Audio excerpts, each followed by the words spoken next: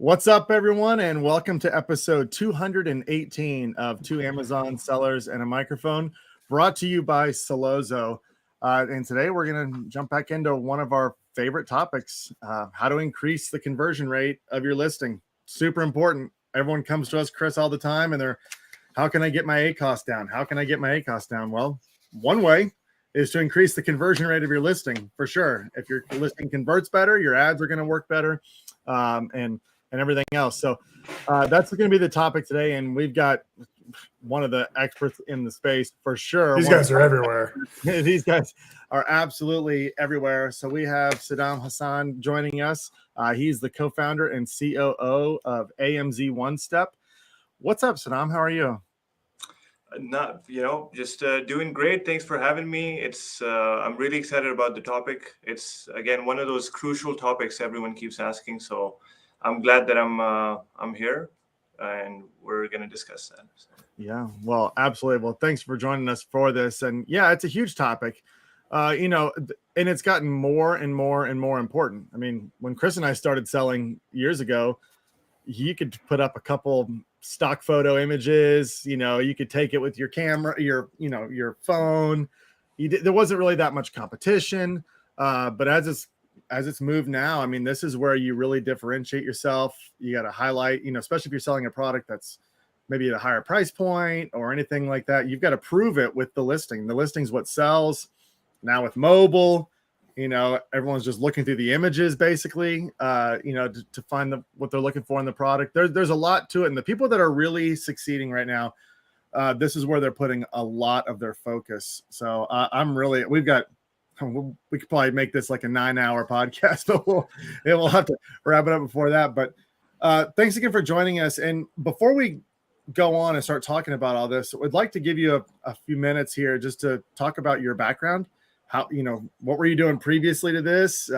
How'd you get into the e-commerce space and specifically into like the listing optimization aspect of it? And then, starting this amazing company. It sounds like a really cool journey. So take a few minutes and let us know the little background on you. Yeah, for sure. So my journey with e-commerce is pretty much started back in 2016. Before that, I would say I have a very long-lasting relationship with supply chain. I used to be with the biggest supply chain company in the world, DHL. And I was in corporate finance at the time. This is back in 2016. I was pretty well settled in. So I wanted to kind of create a business using my finance knowledge and just seeing if I can do it without the hurdles of supply chain, because I was so aware of the industry. And I came across Amazon FBA, and I remember, learning a little bit about retail arbitrage. So I started selling on Amazon first. Went to a local meetup for Amazon sellers and absolutely loved it. I tried the retail arbitrage back in 2017. It was kind of on and off, a lot of sweat equity. You have to go into stores, you have to scan a lot of things, and it just wasn't the model for me. But I knew that there was something within the Amazon space that just made sense, where I could private label and create my own brand. And that's when I came across Amazon FBA and started learning the ropes, learned a lot from YouTube videos and stuff like that. A lot of them college dropouts, making content. So my journey was a bit different. I already knew about the corporate world. I knew how to create budgets. I knew how to create, have startups in place with big budgets, right? With enough financing. So I ventured into home and kitchen. That was my niche. 2017, I started selling my own brand. And it did pretty well. I did that for about 1.5 years. And in the meantime, I was pretty much involved a lot in the local meetup scene. So we started from my own, hometown, Edmonton, Alberta in Canada. And fast forward within a year, we started doing meetups in 5 different cities in Canada. And pretty much the same pain points that I had were the ones that I came across for any other seller. So with e-commerce, Amazon FBA, you have supply chain taken away from you. You don't even have to touch your product. And at the same time, it's a demand-based platform. So you have all the buyers there. The only hurdle that you have to face really and solve is basically the store or your brand's presence on the platform. How do you make it in a way so that it convinces people to buy your product, to relate to your brand on Amazon? And that's where, images, videos, and these kind of things came into play. I remember that's how I met my partner as well. So we had this outstanding designer from the UK, and that guy was a magician. So we hooked him up with a few other sellers, got some really good feedback, and I just thought there was this space, this void that needed to be filled, because you would look around, platforms like Instagram, Facebook, any of these other websites that big brands have, and you'll notice that they have such good creatives. They have such a good footprint in terms of images and videos and how they carry their brand. It's so consistent. Whereas on Amazon, there was a lot of Photoshop work and there was inconsistencies. People just didn't have their brand set up in a manner that would connect with the buyers. But it was, as you guys said, back like 5 years back, it was just so easy. You didn't have to be aggressive with advertising. You didn't have to be aggressive with the creatives. And so a lot of the people just bought into that Amazon FBA model coming in. And I still hear to this day that it's being saturated, but it's not. It's just the landscape has changed. I understand that the sellers, increased over the years, but also the buyer base increased. And now it's just becoming more and more competitive. And you have to make the right investments in place to get your brand's image across on that platform, because that is pretty much your store if you were like a brick and mortar store. So just a little bit about my journey, that's how I came into Amazon FBA. And based on the feedback that I was getting from sellers, we decided to create this company. And it was more of a movement to get people away from just stock images or Photoshop work to actual branding, how to position your brand on that platform. We talk about this a lot. A lot of these entrepreneurs that are starting Amazon FBA businesses, you have to wear so many hats. You have to, and typically, for a lot of people, they're either analytical or they're creative. There's not really a lot that at least want to do or want to focus on both. And you need both of those to be successful in your business. So a lot of times one of those gets left out. You have somebody who's super creative, they make this killer listing, but the rest of their business is suffering potentially, or they're really good at analytics, but their product's not converting because they don't have I don't know what it is, not the talent, but the passion for creating that really eye-popping, well-converting listing. And that's when you really need to work with people that have those skills and those abilities. And I remember very well, 2014 is when I launched. There were not services like that out there. They're like agencies that would do all of your listings and stuff. And the listings weren't as complex. There wasn't really A+ content. You had a couple images. There's a lot more that you can do now where creative is so much more important. Video for sponsor brand ads, these storefronts that are much more customizable now, as well as all the new places on your listing. So it's very critical. And can you cover a little bit more, like AMZ One Step? What do they provide for their clients? What are the services that you offer for them? Yeah, for sure. So AMZ One Step primarily helps brands on Amazon with their creative needs. So we do listing images, videos, A+ content, storefronts. Now we're doing a lot of 3D rendering that has come into play. There's 360 images that vendors can utilize. And like you said, there's so many placements coming in.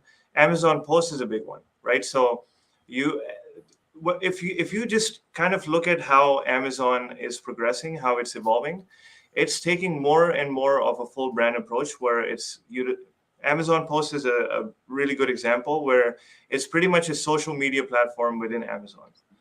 So anything and everything that has to do with creatives, that's what we do. And, the company started back in 2017, mid of 2017, and fast forward 2022. We have studios in 4 different countries, including China. Every studio has model capabilities. Again, we do 3D renders. We've served over 3,000 brands now. So there's there's a lot of, I guess, statistics, data analytics that we've seen on our side that has helped us understand what really converts on Amazon. Do you want to go over a few of those, like what those main things are that do help conversion? Yeah, for sure. So the way I like to break down, conversion is what first, once you have the traffic on the search pages or the product pages, the first thing that comes in play is the click-through rate. So people see it, but are they going to necessarily click on it? So before I get into the creatives, maybe it's worth mentioning that in order for your brand or your product to be successful on Amazon, there's literally 3 voices that buyers listen to when making a decision. The first voice is of the brand, so how you project your own brand on Amazon, and this is where the creatives come in.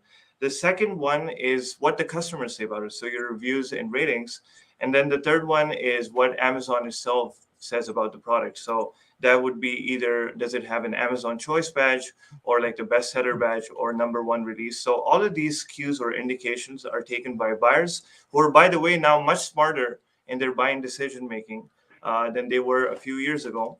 And they take all of that in to make a decision. So when it comes to click-through rate, your main image or your advertising, sponsored brand advertising video, those 2 things are extremely crucial. And a few best practices I would say is, try to stay within Amazon compliance. Again, there are niches where the thing about Amazon is they have blanket guidelines across all the catalogs, but then there are niches where you can leverage different practices. So for the main image, I would say is, something that covers up most of the space, and try to have it 3D rendered if possible. Like if it's a tech product or if it's a supplement product, which is non-textured, you would be surprised. A lot of the brands, I would say 80% plus, are now using 3D renders for their main images. And the reason is, it's almost flawless when you look at those images, and the lighting sequence is so natural. It completely removes the glares, completely removes any wrinkles on the product, and it really stands out in the search page. Again, taking up the space is going to help stand it out as well, but also keep evolving it. So look at your search page, look at what's being dominated, look at the competition, and see what you can do to elevate the main image even more. The same thing goes for sponsored brand video ads. I get most of the inspiration from other platforms. Like TikTok has completely revolutionized, social media in the last 1 to 2 years, where now Instagram or even, platforms like Reddit are taking inspiration, and it's just short video content, 10 to 15 seconds. All you need to do is basically highlight the unique selling point. What is so unique about your product? What is the differentiator? And then the second is aiding that with a visual reference. So I'll give an example. If there's, let's say, a speaker, and your speaker is waterproof, don't just put it on a 3D, a 360 spin and show motion graphics saying it's waterproof. Put it in the water. Prove it. Like it's, again, buyers are becoming smarter now. So prove it to them that your product actually passes that test. You're not just claiming it.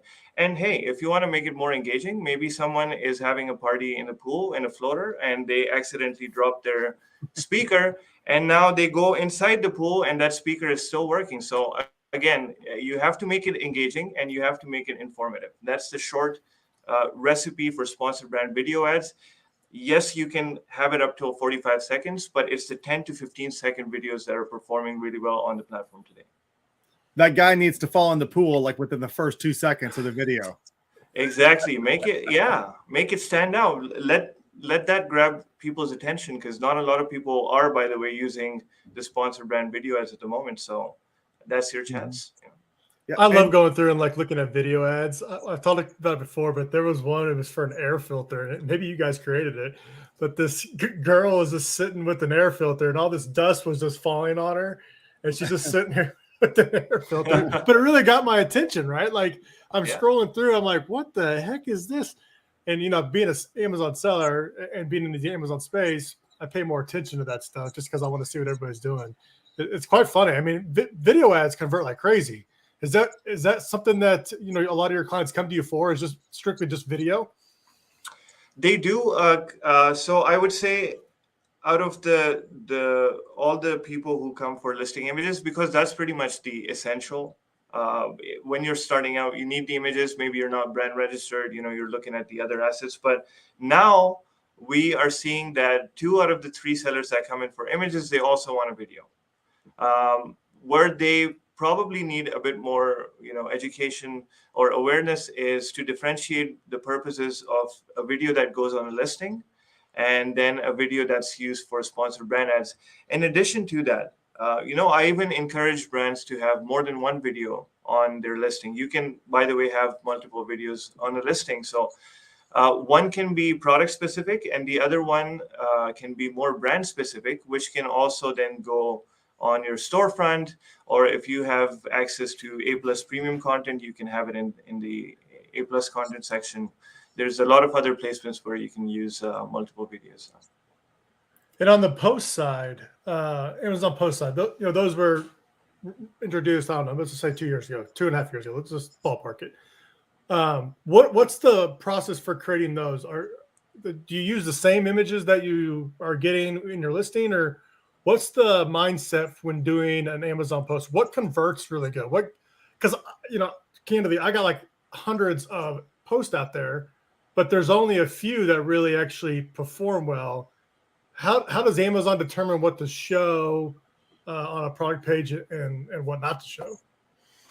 That's a great question, Chris. So when it comes to Amazon posts, you do need a bit of a different strategy than images. First of all, there's I believe 3 different, image resolutions or dimensions that you can use. So it doesn't have to be a square image that usually goes on a listing image. The other thing is Amazon discourages the practice of putting infographics on it, just because similar to Instagram, you can have a caption, you can have your hashtags in the caption section. So what really works in what we've noticed is just product hero shots, maybe flat lays, just hero shots from a lower angle, anything that just amplifies the product, enhances it a bit, and really grabs the attention when they're scrolling through the feed. Again, these are buyers in the brand awareness stage. So if we look at the ADA model, right? If you're looking at awareness, interest, or desire, when people come to your listing, they are already outside the interest stage, going into the desire stage. Whereas when people explore Amazon posts, they're just scrolling through the feed or just scrolling through the catalog in that specific niche that you're operating in, and they might stumble across your Amazon posts. So something that's neat and clean, just focuses on the product, but it has to be a high resolution, a really good image.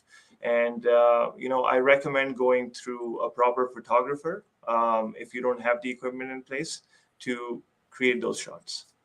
How often are you creating, what do you recommend for creating posts? Was it once a day, a couple times a week? Does that even matter? Or can you just, create 500 at a time and you're all set? Yeah, I would recommend having like a social media calendar, pretty much, right? So what matters is consistency. If you want to do 8 posts a month, that's 2 posts a week. Usually we tend to push brands for at least 10 posts, a month. You can do more if you have a bigger product line. Naturally, if you have 50 to 100 products, there's going to be a lot of photography happening regardless, right? So you can use some of those assets for the Amazon posts. And again, it is free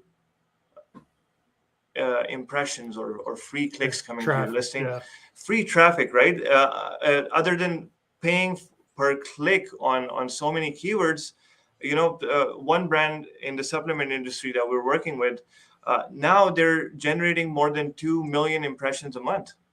So just from Amazon posts, right? And that's just free traffic coming to your listings. So might as well utilize that. And they're just posting 10 times a month. That's it. On the video side, on sponsor brand video side, how often should sellers recycle or redo a video? I'm just trying to think, like, you getting the video done and getting it done professionally, it takes it takes a couple of times and to get it done. Are you providing like multiple videos per quarter, or is it a couple of videos a year? How often should you do that? Good question. So with videos, it's a bit tricky because obviously there's a lot of production expense that goes into videos. But what I would recommend is having at least 2 different types of videos. And we can go a bit more into what types of videos are available. But it's nice to split test on the platform. Again, if you're analytical, just take it on numbers. What is converting more? I remember went to one of the conferences, and I think one of Thrasio's representatives were talking about their brand. It's called Orange something, Angry Orange. Angry Orange, yeah, I think you're right. Yeah. And they split tested a video with Snoop Dogg in it, and one was just a basic video just calling out the selling points of it. And the one that was the basic video did well. So again, just learning that you don't have to pump in a lot of money into videos, but it is nice to split test, and whatever is working is going to work throughout unless there is a big change within your product. Maybe you modified something, then that's where we would recommend doing another video and adding that into the catalog. I've noticed on the video side, some categories have the video in the number 2 spot on the detail page, and they have another spot on like the 7th or 8th spot. What dictates being in the number 2? How do you get a number 2 spot video? Yeah, so again, Amazon just keeps changing their placements, right? Even the images, you now see, you can scroll through the images on the detail page. You don't have to go in the listing, but in some of the niches we've noticed that option doesn't come up. Again, some of the search pages have grid view, some have list views, so they keep changing it. We haven't figured out a pattern on what how they kind of make those decisions, but they're both sponsored brand video ads. That's what we've noticed. Like it's not another video placement coming from, let's say, display or DSP or any other aspect. It's just within sponsored brand video ads that they have these placements. Speaking of changes, I just brought my attention. I was on a detail page, and on the section where it says sponsored products related to this item, they had the item, but then they had like a review right below the item. That like a 5-star review that was listed below the price of the item on that ad spot. I was like, I've never seen that before, but maybe they're testing something out. On the images, what's a good cycle, like a good flow? Sometimes I struggle with like, does this need to be image 3 or does this need to be image 4 or image 2? Like, I'm not really, I just kind of throw them up there because I think what works best, that's what I would go through. But what's a good like flow or good system to put them in? So it's going to depend on the product and what people are looking for. When you're coming up with the image sequence, the first thing is to go through reviews, go through the buyer personas, really understand like what people are complaining about or what is the information they need to see first. If it's more of a product where we need to inform the buyer, let's say a tech product, then we need to prioritize our infographics first, where we call out the unique features. But if it's more of a home decor item, then let's sell them on that Pinterest style lifestyle sequences. That needs to be prioritized first.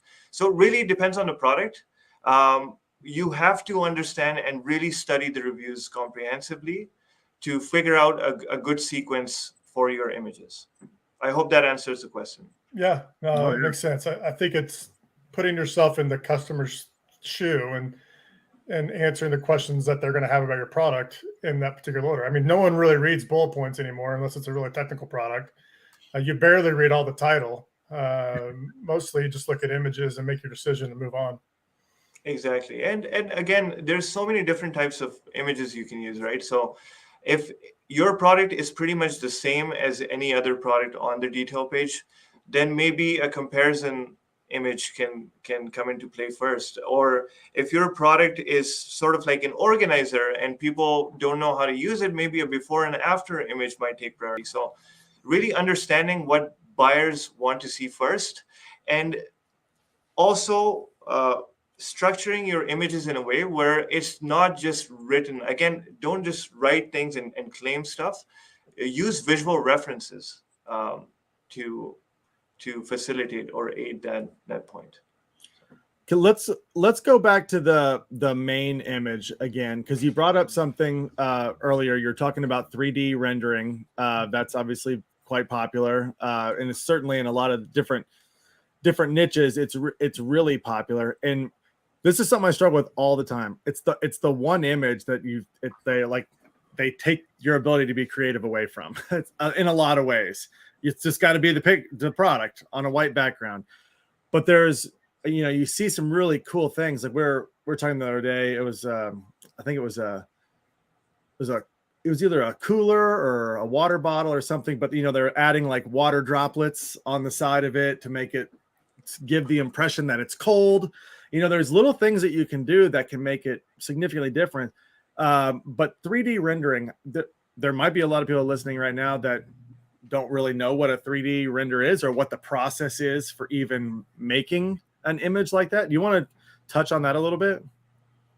Yeah, for sure. So really what a 3D render is we basically, in a 3D software, let's say I have this phone, we kind of look at the texture or like the size of it and the colors, and we create a 3D model of the product. And once that model is created, we render it. And when it goes through the rendering stage, there are light sources coming on the product so that it looks natural when you display it as a final image. And that's really what it is. There are big benefits to it because you cut down the time. Let's say if you're under a launch deadline, and you, instead of sending your sample all the way to the photography studio, getting that photographed, getting it designed, now you can just have that sent to, just a few raw images sent to your 3D renderer, and they can render the product for you.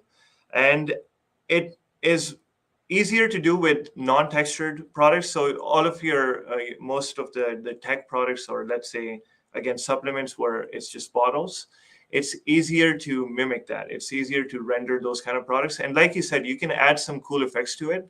If it's a water bottle, the water splashing, you can do the same thing with, let's say, whiskey glasses, or if it's gummies, you can show some fruits with it that are like the core ingredients inside the gummies. So those things can also be added as part of the 3D render. And again, it's just so flawless. It's hard to mimic the same thing within photography. You see these big brands, on the billboards, you see a clean image. It takes, I would say, almost a day to create one image, right? If you're doing a proper photo shoot, the setting has to be right. It has to be staged with props, and there's focus stacking involved. Again, a lot of like technical stuff that goes into it and just elongates that process. But with the 3D rendering, you can do it with just the software. So is that expensive to get something like that done? I would say it would be more economical to hire like a local photographer and do a quick shoot. But if it's an agency like ours, which is doing the entire process, because again, we have to understand it's not just a photographer or a designer. There is R&D involved. There's a lot of other things involved. In those cases, then yes, 3D rendering becomes a more economical option to leverage. When you were talking, you mentioned before that you've got studios in multiple places all over the world. So you mentioned China, and what are the other locations that your studios are in? Yeah, so it's in US, Canada, UK, and China. Are those studios doing different parts of the process, or what's the benefit of having them in a bunch of different locations? This was more for convenience. A lot of production gets done in China, so we wanted to have something that was close to the manufacturing facilities. Same thing, most of the clients that we see are from the US, and that's where we have the US studio.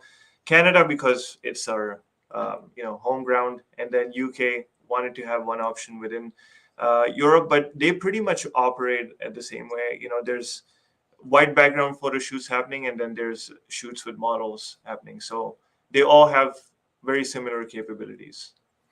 You talked about 360 photos. You said some sellers have that. That's the first I've heard of that. What is that? Yeah, so like let's say vendors have the option. So you can, as a main image, you can have a 360 image. So you can rotate it, just like any other 360 image that you see on an e-commerce website. And basically, you have to get a number of rotations. Let's say 45 rotations, or as an example, you can get 72 rotations, 5 degrees each. And then those individual 72 images have to be uploaded or submitted to Amazon, and then it becomes a 360 spin image. So it's basically 72 images, but just sequenced together. And they form a 360. And those are on main images?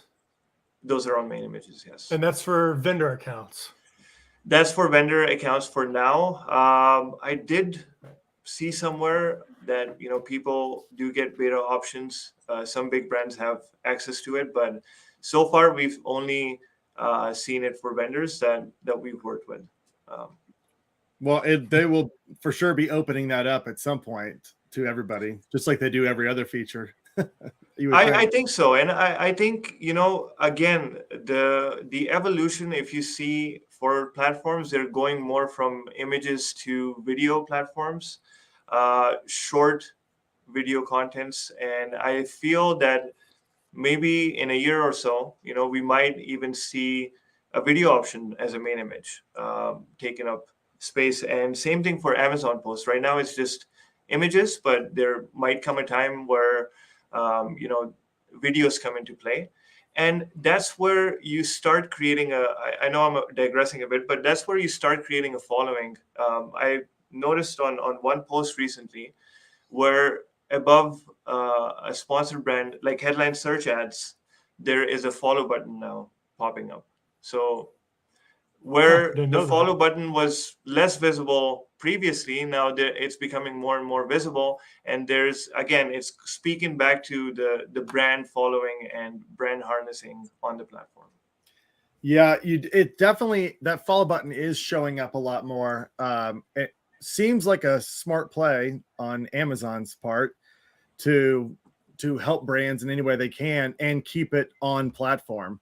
That's obviously all of our goals as e-commerce sellers is, how can we keep having touch points with our customers? It's, Amazon's traditionally tricky. It's hard to go through their email system. You can only say, a couple of things. If you're able to get their, you want them to follow you on your other socials, so you can connect with them. But it makes total sense for Amazon to roll that out as big as they can. I mean, that would be amazing. I mean, you can utilizing posts to launch new products and all these other things. And you've got followers. There's a lot of value in that for brands, and they should be taking advantage of it, especially right now when it's easy. You just make exactly. Yeah, pretty much Amazon just wants you to be on the platform, right? They yeah. Kind of discourage the habit of taking people outside of the platform, and that's where the trickiness that you mentioned comes in to play, where you're not exactly sure what their guidelines are, even including an insert card. So again, some things that we've been testing out is just having insert cards where the QR flow just kind of takes them back on Amazon pages, not necessarily for reviews, but even, dynamic storefronts where you're like, okay, here's our featured items right now with coupons. And you keep one storefront page that you keep modifying every month or every quarter with your new releases or products that go on discount, so that they can again go back, and that's how you kind of increase the customer lifetime value. So. That's actually a really good strategy. A QR code that at the end of the flow, you end up on a storefront that's your new products. I like Exactly, that. yeah. Or Yeah, or and products with discounts or whatever. Yeah. and you can give them a few other options too, right? Again, maybe review if you want to stay away from that. You can ask them to follow you on Amazon. So again, those kind of practices, I don't want to encourage people to just follow it. Do your research, but I personally feel that if you land them back on Amazon, I don't see Amazon having a lot of issues with that. Let's talk about someone who's starting right now. Maybe this is their first product. They do not have a huge budget. So they're trying to do the best that they can to get everything set up, do the best they can to succeed. I mean, I remember I used Fiverr all the time. I would take a couple of pictures of the product, maybe even send them the product and be like, hey, I need 7 images. And you for that time period, you get reasonably good stuff back. A lot of it's photoshopped, and you can tell it's very obvious that it was, but it worked then. So somebody who's in that state right now where they're starting, they've got some capital, but not a ton. They're trying to figure out where to allocate that capital to. What would you suggest in terms of going someplace like a low cost, like a Fiverr or an agency route to get those images made? What are your thoughts on that? Yeah, that's one of the common questions, that we get as well is, okay, how are you guys different from Fiverr? It depends on the objective. Are you trying to establish a product on Amazon, or are you trying to establish a cohesive brand across the platform? And if it's a product, I've used Fiverr back in the day as well. Some designers, they're absolutely wonderful. But we have to understand the limitations with that. If it's a photographer or a designer that you hire, you can't expect them to figure out what buyers would need. They're just looking at things from their lens. If it's a photographer, they can make it aesthetically beautiful, do some shots with the product, maybe stage it with some props. If it's a designer, they can create some nice infographics that can, again, look really aesthetic, and they can be cohesive with the brand in terms of taking a theme from the packaging or the logo. But what they won't be able to do is figure out exactly what is needed from a conversion standpoint on Amazon.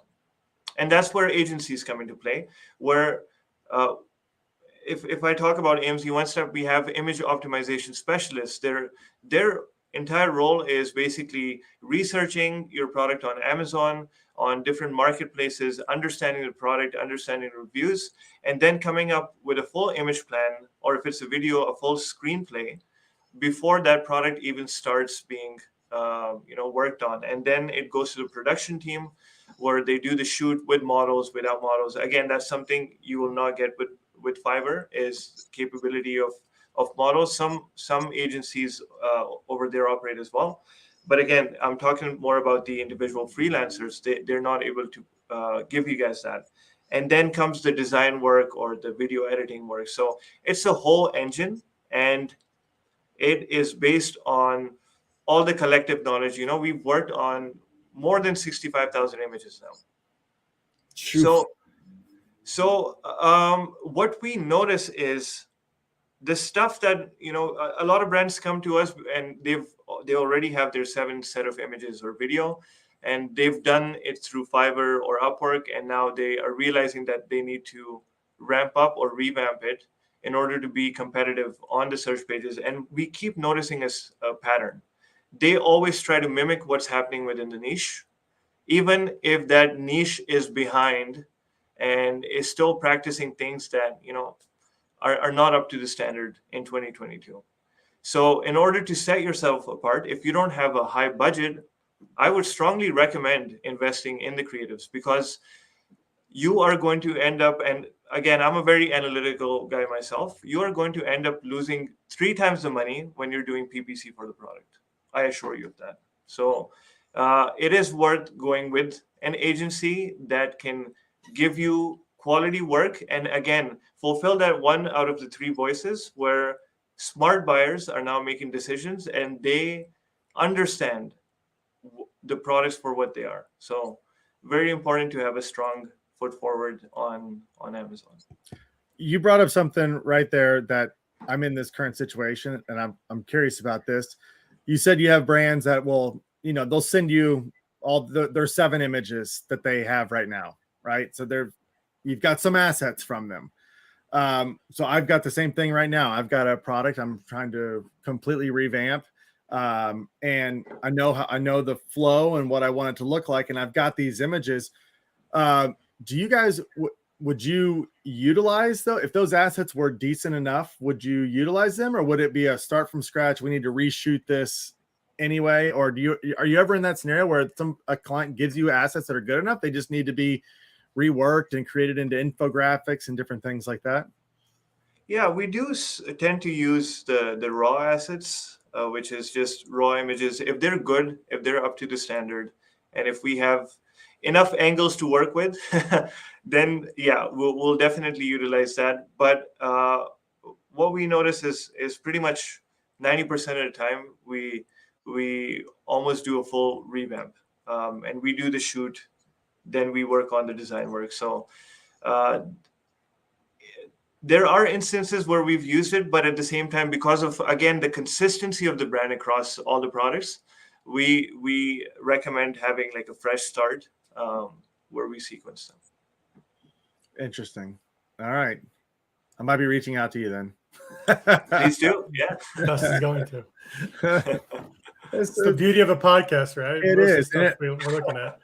I feel like I say that on almost every podcast. I'm like so intrigued. I'm like, okay, I'm gonna read and see what's going on. Would be a good case study. So, yeah, there we go. Go. I'm down. Well, this has been a lot of information. This is again, this is a topic that you could talk for ever and ever on, because there's so much to it. But I know a lot of people are listening to this, like me, who are interested in potentially partnering and working with you. What do they need to do? Where do they need to go? What do they need to have ready? How do they get started? Sounds good. Yeah. If you are interested in getting some creatives revamped, or you're starting fresh, you can go onto our website, www.amz1step.com, or reach out to us, on one of our platforms. We're pretty active across, we're omnipresent. So either our website, or you can just email us at info@amz1step.com, and we will get back to you within a few hours. That's our promise. So unless it's a holiday, give us some time. But. All right, amz1step.com. Everyone should check them out. If you put all the work in right now, you've done your product research, you've found a supplier, you've found a factory, you've created your packaging, it's in Amazon. You put a lot of work into that, and you want to make sure that you're going to reap the reward. And certainly, if your listing is not up to par, then a lot of that work you're not going to get everything you could have gotten out of that. So everyone check out amz1step.com and get started working with them right now. Saddam, that was really fun. Thanks for joining us. Thank you for having me again. Yeah, really good questions, and I love the discussion. And one, I guess, final note would be, like you mentioned, you went through all the hurdles. It's a big investment to jump in Amazon, so you might as well do it once and do it right. So. Exactly right. Could not agree more. Well, thanks for joining us again. Everyone, thanks for tuning in. If you like content like this, make sure you're subscribing to our podcast. You can also follow Solozo's social media channels so that you can see all the live streams of these as well. And if you've gotten this far, if you've got your listing optimized, everything's up and ready to go, and now it's time for advertising. But you realize that advertising is quite complex, can be quite a headache, a lot of data in there. If you're looking for help on that, that's where Solozo can come in. We can fully automate and optimize all of your Amazon advertising campaigns for you. Chris and I would love to show you how the platform works. You can go book a demo, go to Celoza.com, book a demo, and we will walk you through the platform and how we can help take all that advertising work off of your hands and help you reach the goals you're looking for. So everyone do that right now, Celoza.com, book a demo. And thanks for tuning in. We'll be back at this next